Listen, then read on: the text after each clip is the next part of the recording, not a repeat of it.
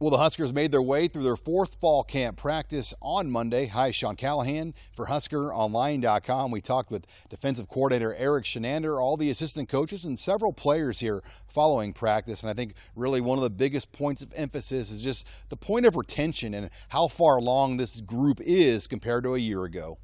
Yeah, I think they picked up where they left off. A lot of retention from the older guys.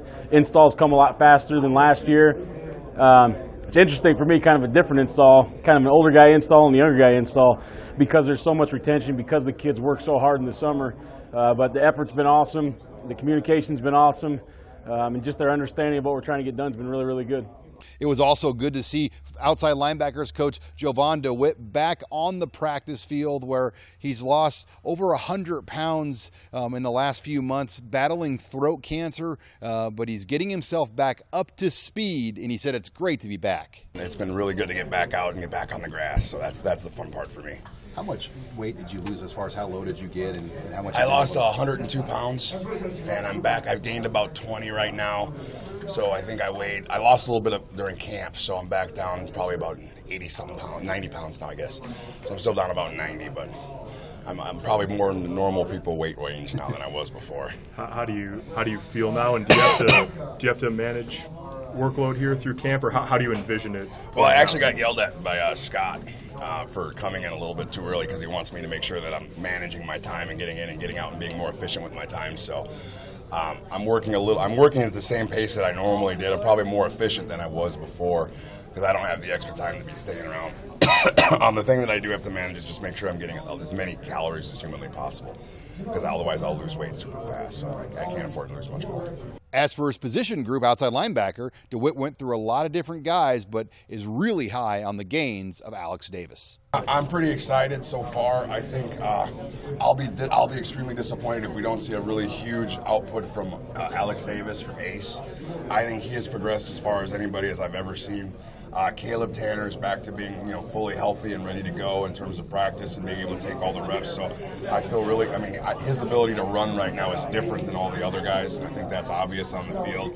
Ferg is back to being healthy, so it's fun to watch some of the older guys being healthy again, not being hamstrung by certain injuries. Also, you got Garrett Nelson is in his second semester of college. He was here for spring, so you got to feel good about his knowledge base, and watching some of the other guys come along is great. And DeWitt will also man up Nebraska's special teams for the second year in a row. And when he looks back at last year, he said, quite frankly, it just wasn't good enough. So the old axiom is, what do you feel about your team's execution? And the one guy said, I'm all for it. It was really bad. It wasn't, I can't sit here and sugarcoat it. I'm not going to say that it was good when it wasn't. Now, I thought what I did notice, though, was as the year progressed, how it got progressively better and progressively better, especially towards the end of the year. You all of a sudden saw some of the techniques starting to come to fruition in terms of the things that we practiced, so I felt much better about that. But to give it an overall okay for the entire season, I don't think you can say that. And maybe the real battle to watch right now on special teams will be at punter between Isaac Armstrong and Michigan State transfer William Pricep. He's someone that we've actually known for quite some time, being how he's from Florida, so I've known him for quite a while. I think he's played in big-time games, so for him, he's got the experience. Isaac has got the experience, so I don't anticipate either of them getting rattled with any form of competition on the field or off the field. So I feel good about those two battling it out throughout camp. And Isaac knows he's going to have to perform if he wants to maintain being a starter. Do you measure hang time, distance? We measure hang time, distance, and placement on every kick. So every time they kick a football, either it's pre-practice, post-practice, or during practice, everything is charted so that we can have a true analytic discussion about who's going to be better at this versus that. Moving on now to the defensive line, we caught up with senior graduate transfer Darian Daniels, and he's got an interesting perspective because he spent the last 4 years at Oklahoma State. This was his first off-season in Lincoln training, and he compared and contrasted the two different programs. Coach Glass in Stillwater, he does a really good job of conditioning us. Big 12, we move a lot, and the tempo is a lot faster, so we did a lot of conditioning. Majority of the summer was conditioning, and here it's a flip script. We do a lot of lifting. I feel like muscle-wise and weight-wise, I have more gains here. I lost a little bit of flexibility, but I'm getting back into it.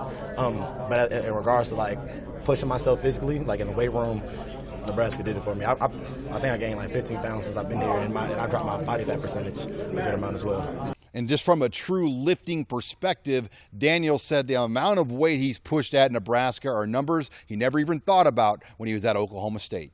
We didn't do heavy reps. We didn't do heavy, lot of reps, heavy weight. At Oklahoma State, I think the most I put on my back was 570.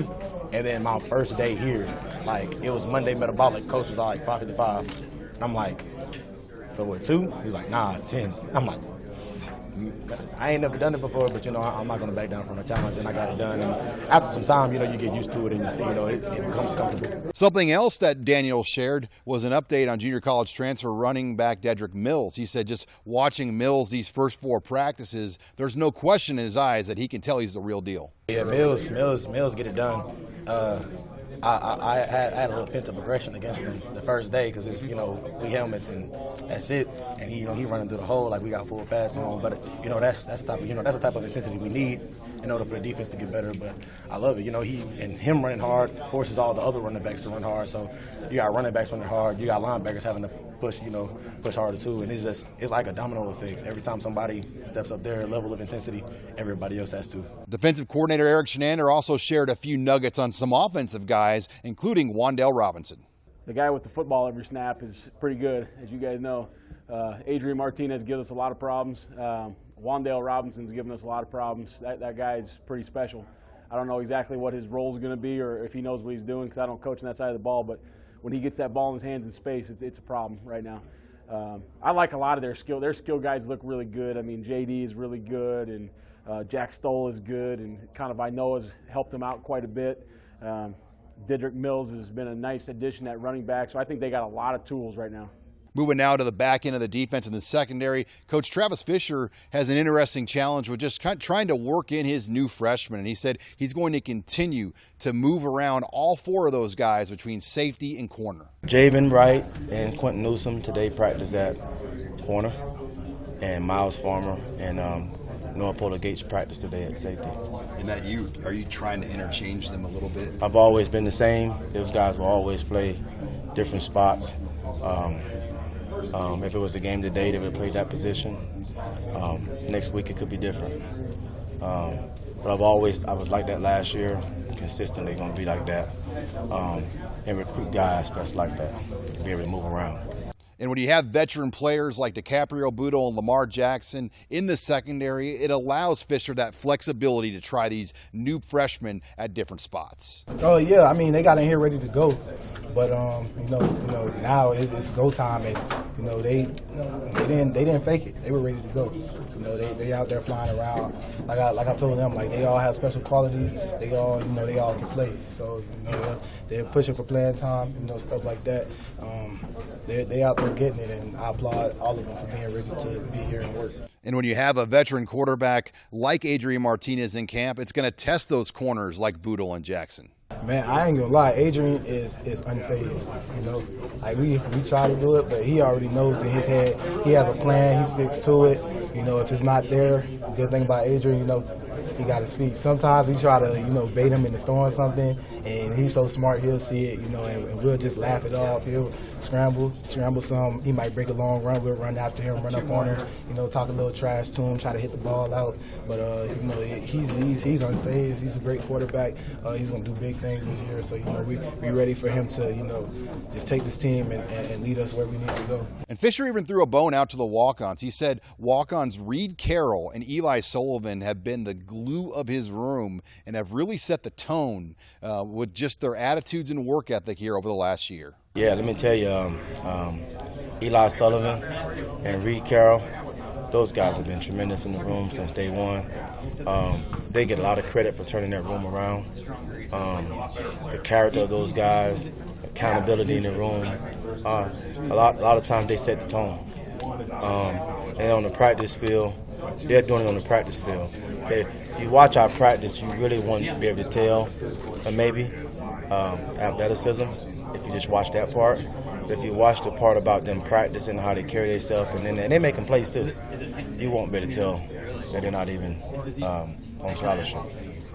Yeah, so those guys have come a long ways. I'm very proud of those 2 guys on the ground. And finally, we did learn about one noticeable absence here in fall camp. Junior outside linebacker JoJo Doman is not in Lincoln. I confirmed with the program source. He's still nursing an injury, but is expected to be back in Lincoln by Wednesday and will be a part of the 110-man roster by some point here later in the week, possibly. And Jakeem Green, Nebraska's junior college transfer out of Kansas at defensive line, his grades went into admissions this week, and Nebraska should know more on his official status later in the week as well. With the Huskers in Lincoln, I'm Sean Callahan of HuskerOnline.com.